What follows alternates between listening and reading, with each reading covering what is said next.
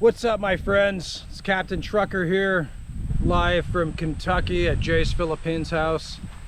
In today's video, I want to continue to talk about the great American exodus, why more Americans will be moving to the Philippines in the future. I want to continue this conversation.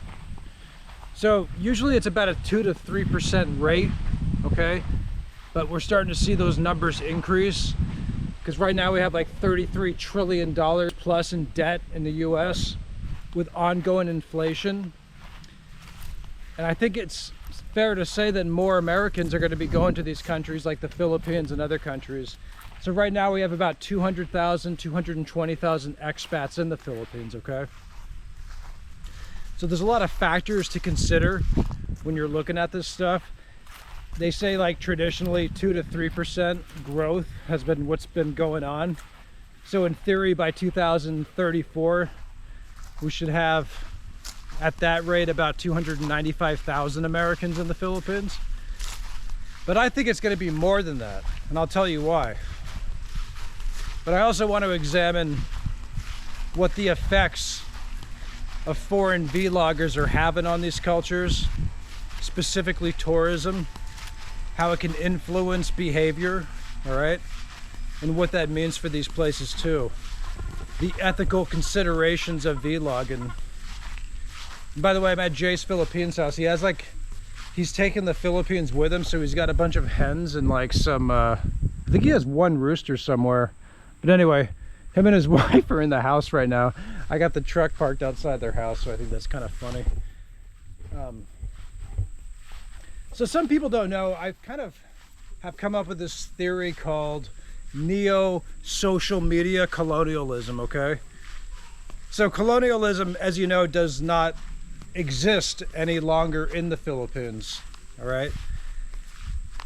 But there's arguments to say there's neo-colonialism, meaning an indirect influence from the West, such as America and Europe, that's shaping and controlling some aspects of their culture directly or indirectly. But I think we're seeing some of that these days with social media. And the reason why I say that is because a lot of vloggers may misunderstand or underestimate the effect that they can be having on these countries in terms of shaping opinions and perceptions of places and so forth. There's studies that show, I'm going to put it in the description, cite at least 5 of them, that show there is a direct correlation between vloggers' influence and people traveling to certain places, right? Certain countries. So it's something to consider, especially when it comes to vlogging. I mean, in the population of expats, like when we're talking about those 200,000 Americans that are there right now, plus there's a whole population of them. So you can't put them all in the same group. There's different types of people. You have like older foreigners, single men, some of them are young men, some of them are working remotely, okay?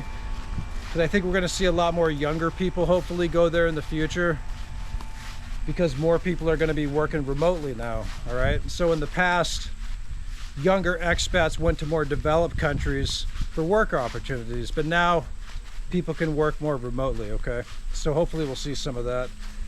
But in terms of vloggers as well as expats, we have a whole population of people, okay? So there's like probably hundreds, potentially, I don't know, maybe in the thousands of foreign vloggers that are in the Philippines, all right?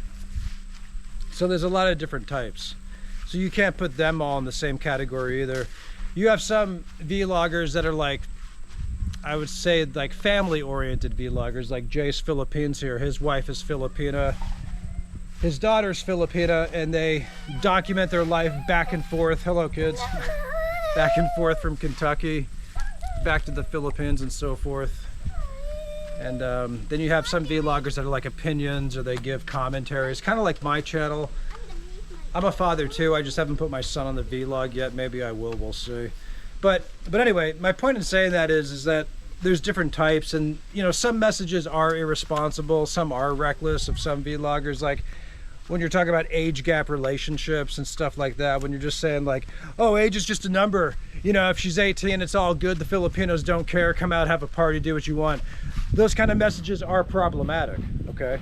Now, I also say this like for vloggers covering sort of terrain in the Philippines that hasn't really been covered much. You know, when you're driving around spreading those kind of messages too, that can be potentially dangerous, okay? Because as you know, Philippines is like a towns. You have provinces.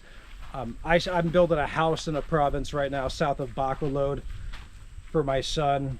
Jay here, he stays in the Dumaguete area usually, as do a lot of vloggers. It's a very popular area for good reason. It's a nice area. So there's different areas, and it's just important that we consider the ethical considerations of us people talking about this place, you know, because I think it does carry a responsibility.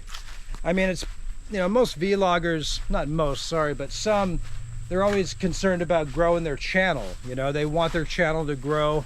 And for some of these guys, this is sort of like the last run. They have to depend on vlogging to make money, okay? You know, people like me don't. People like Jay don't. This isn't sort of like our last ditch hope at moving to a country with a little money and then trying to sustain.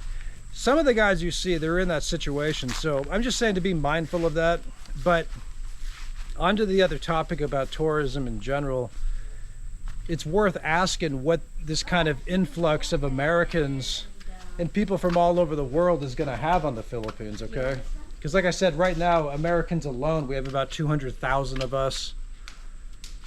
But I think that rate's going to increase, okay?